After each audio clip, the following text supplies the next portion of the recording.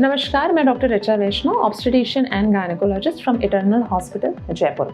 आज हम बात करेंगे ट्रिपलेट प्रेगनेंसी, ऐसी प्रेगनेंसी जिसमें 3 बच्चे होते हैं। और ये भी जैसे ट्विन प्रेगनेंसी होती है जिसमें पेट में 2 बच्चे होते हैं, तो ट्रिपलेट प्रेगनेंसी उससे भी ज़्यादा कॉम्प्लिकेटेड प्रेगनेंसी होती है, क्योंकि 3 बच्चे जब प्रेग्नेंट यूट्रस में होते हैं तो उनका प्रॉपर ग्रोथ होना है ना, और किसी भी बच्चे को नुकसान नहीं होना, और तीनों बच्चों के कारण जो मैटरनल एब्डोमिनल डिस्टेंशन हो रहा है, यूट्राइन डिस्टेंशन हो रहा है, उससे जो पेशेंट को प्रॉब्लम हो रही है कि खून की कमी हो सकती है, इडिमा हो सकता है, डायबिटीज़ हो सकता है, एनीमिया हो सकता है, और बच्चे को उसकी वजन कम हो सकता है, बच्चों को समय से पहले डिलीवरी हो सकती है, अबॉर्शन हो सकता है, एक्सेसिव ब्लीडिंग हो सकती है डिलीवरी के बाद। तो ये सारे कॉम्प्लिकेशंस ट्रिपलेट प्रेगनेंसी में होती है।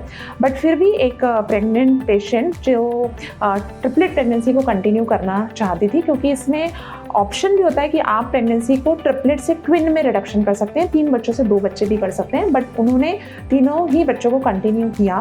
तो वो एक बहुत ही चैलेंजिंग केस था, और इसके साथ पेशेंट को हार्ट डिजीज़ भी था। हार्ट डिजीज़ में उसके इटर्नल हॉस्पिटल में ही बलून मिट्रल वॉल्वोप्लास्टी हुआ था। तो ये दोनों ही जो कॉम्बिनेशन था, एक तरफ तो ट्रिपलेट प्रेगनेंसी जिसमें बच्चों को एक सही टाइम में निकालना जिससे बच्चे बाहर आके सरवाइव कर सकें, और मदर को भी बचाना, क्योंकि हार्ट डिसीज़ के कारण मदर को ट्रिपलेट के कारण और भी कॉम्प्लिकेशंस होने के चांसेस थे। तो उस पेशेंट को हमने 4th और 5th मंथ में अपने पास रजिस्टर किया।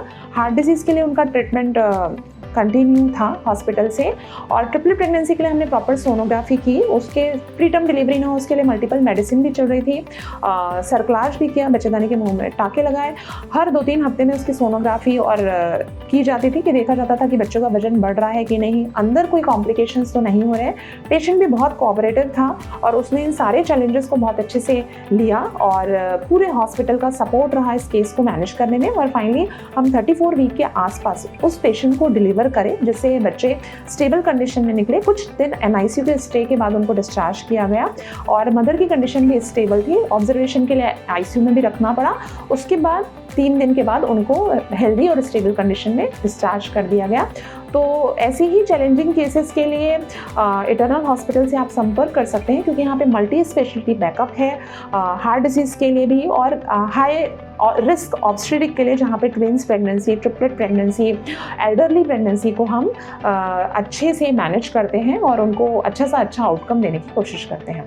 Thank you.